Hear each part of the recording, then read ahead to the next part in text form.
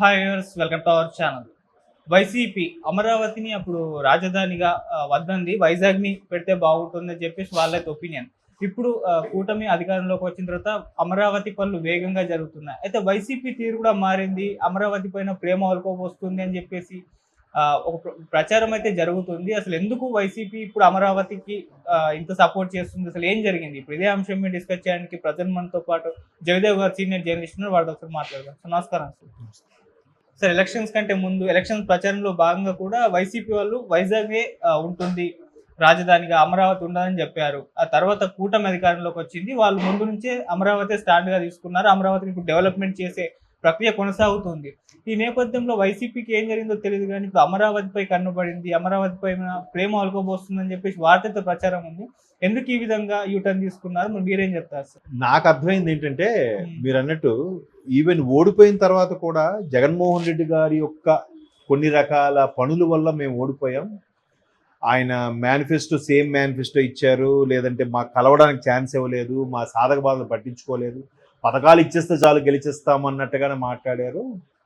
So అని తర్వాత కరణం ధర్మశ్రీ గారు కానీ, లేదంటే మన కేతిరెడ్డి గారు కానీ, తర్వాత ఆయన పేరు రాజానగర్ ఎమ్మెల్యే రాజా గారు కానీ, ఇలా రకరకాల ఒక్కొక్కరుగా వాళ్ళ ఒపీనియన్స్ చెప్తూ వచ్చారు.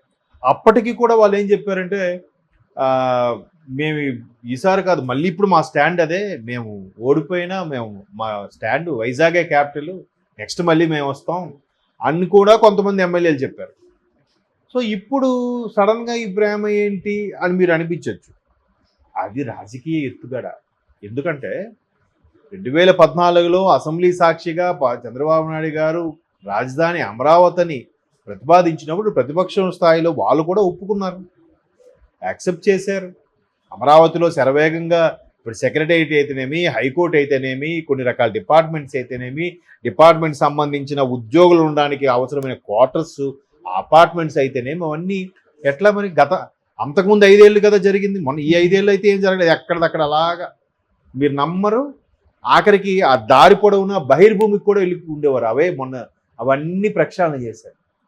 ఓకే, అది వేరే విషయం, పక్కన పండి. అయితే అట్లాగా దానికి అసలు ఊరికే చంద్రబాబు నాయుడుగా పెట్టాడు కాబట్టి దాన్ని చేయకూడదు అనే ఒకటే సిద్ధాంతంతో, ఒకే ఒక కాన్సెప్ట్తో చెరగొట్టేశారు. కానీ మరి ముందులాగా ఇప్పుడు ఆయన పెట్టింది కంటిన్యూ చేసేస్తే అయిపోయింది కదా. ఇప్పుడు మళ్ళీ ఎందుకు ఇంత ఘోర పరాభవం తర్వాత, అరే ప్రజలందరూ దాన్ని కోరుకుంటున్నారు, మనకి ఎంత వ్యతిరేకత వచ్చేసింది, ఈ అంశం మీద అయ్యిండొచ్చు అని ఒక్కొక్కటి బయటికి చెప్పకపోయినా లోపాయకారంగా ఓవర్కమ్ అవ్వడం కోసం ఇట్లా మాట్లాడిస్తున్నారేమో ఎంపీలతో అని నా అభిప్రాయం. దీనికి సంబంధించి మిథున్ రెడ్డి గారు ప్రస్తావిస్తూ ఆ 15,000 కోట్లు అమరావతికి శాంక్షన్ చేశారు, రుణముగా ఇచ్చారు, అది గ్రాంట్గా ఇస్తే బాగుంటుందని. ఇప్పుడు ఎందుకు గ్రాంట్గా? మీరు గడిచిన 5 ఏళ్ళు ఏం చేశారు? అప్పుడు ఎందుకు మాట్లాడలేదు?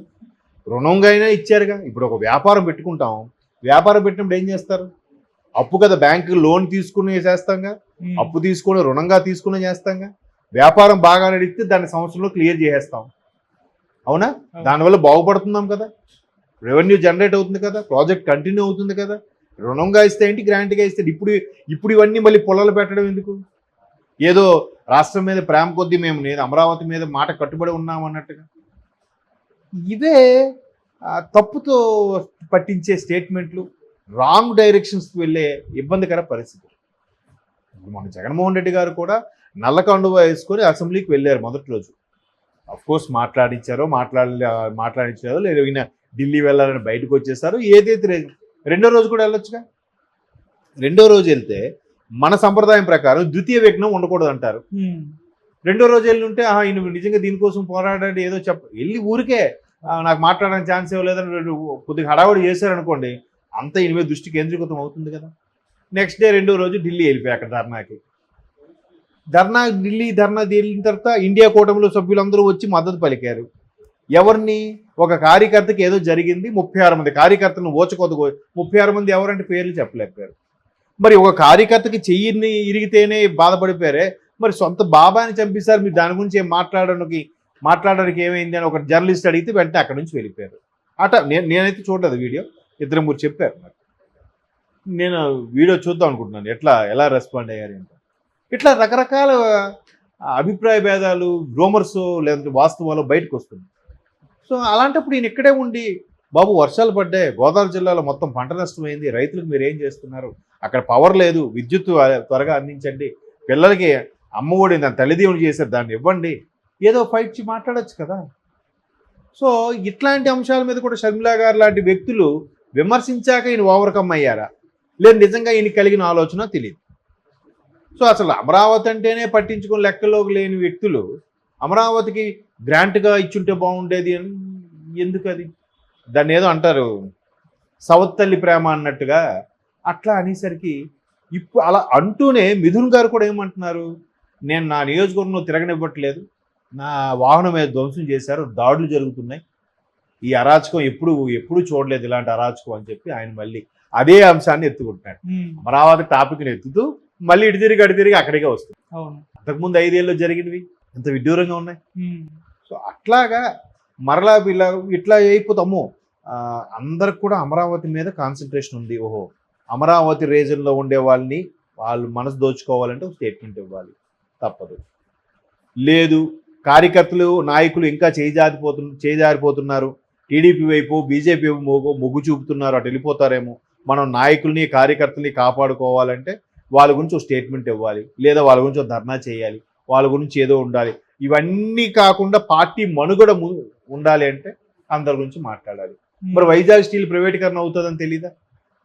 వైజాగ్ స్టీల్ గురించి, వైజాగ్ రైల్వే జోన్ గురించి, కడప స్టీల్ గురించి, వైజాగ్ మెట్రో కూడా ప్రస్తావించి మాట్లాడుతున్నారంట. అవన్నీ శాంక్షన్ చేయాలి, ఇవన్నీ చేయాలి, ముందుకు తీసుకెళ్ళాలి. మీరు మరి ఎప్పుడు ఏం చేశారు? ఎట్లా అంత సింపుల్గా మాట్లాడేస్తున్నారు చూడండి. గడిచిన 5 ఏళ్ళు వీళ్ళు పరిపాలించలేదు, వీళ్ళు అసలు ఇండియాలోనే లేరు అన్నట్టుగా మాట్లాడుతున్నారు వాళ్ళు. మరి అట్లా మాట్లాడితే ఏం చేస్తామంటే ఖచ్చితంగా రాజకీయ ఎత్తుగడే, రాజకీయ మనుగడ. రాబోయే 5 ఏళ్ళలో మనం 2029 వరకు పార్టీ కొనసాగాలి, మనుగడ ఉండాలి, అప్పుడు గట్టి పోటీ ఇవ్వాలి ఎన్నికల్లో, అవసరమైతే గెలుచుకునే సత్తా కూడా తెచ్చుకోవాలంటే కీలకమైనది నాయకులు, ఇంకా కీలకమైనది కార్యకర్తలు. ఎందుకంటే పల్లకి ఎక్కుతారు, బట్ పల్లకి మోసేవాడు కూడా ఉండాలిగా. సో ఆ మోసే వాళ్ళని కాపాడుకునే తాపత్రయంలోనే ఇవన్నీ. అలా అయితే ఇదే మిథున్ రెడ్డి గారు బీజేపీ కూడా తొంగి చూస్తున్నారు, అటువైపు వెళ్ళిపోతారు, పెద్దిరెడ్డి గారు దీనికి పక్కా వ్యూహ రచన చేశారన్నట్టు కూడా కొన్ని వార్తలు ఉన్నాయి, గతంలో వచ్చాయి. మరి అవి ఎంతవరకు వాస్తవం తెలియదు. బట్ ఏదో మేము రాజకీయాల్లో ఉన్నాము, మనుగడ సాగిస్తున్నాం అంటే ఏదో ఒక స్టేట్మెంట్ ఇస్తూ ప్రజల్లో నిలుస్తూ ఉండాలి, మాట్లాడుతూ ఉండాలి. సరే ఇప్పటికైనా రాజకీయం అంటే నేర్చుకుంటున్నారు, వెరీ గుడ్. పోతే ఇట్లా కలవడం అనేది కూడా ఒకరికొకరు కలిసి కష్టసుఖాలు చెప్పుకోవడం, ఎవరి ప్రాబ్లం ఏంటి సాల్వ్ చేసుకోవడం, లేదా పెద్దల దృష్టి తీసుకెళ్ళడం, లేదా ఇండస్ట్రీ దృష్టి తీసుకెళ్ళడం అనేది కూడా యూజ్ఫుల్గా ఉంటుంది. బట్ ఆయన ఎప్పుడు కూడా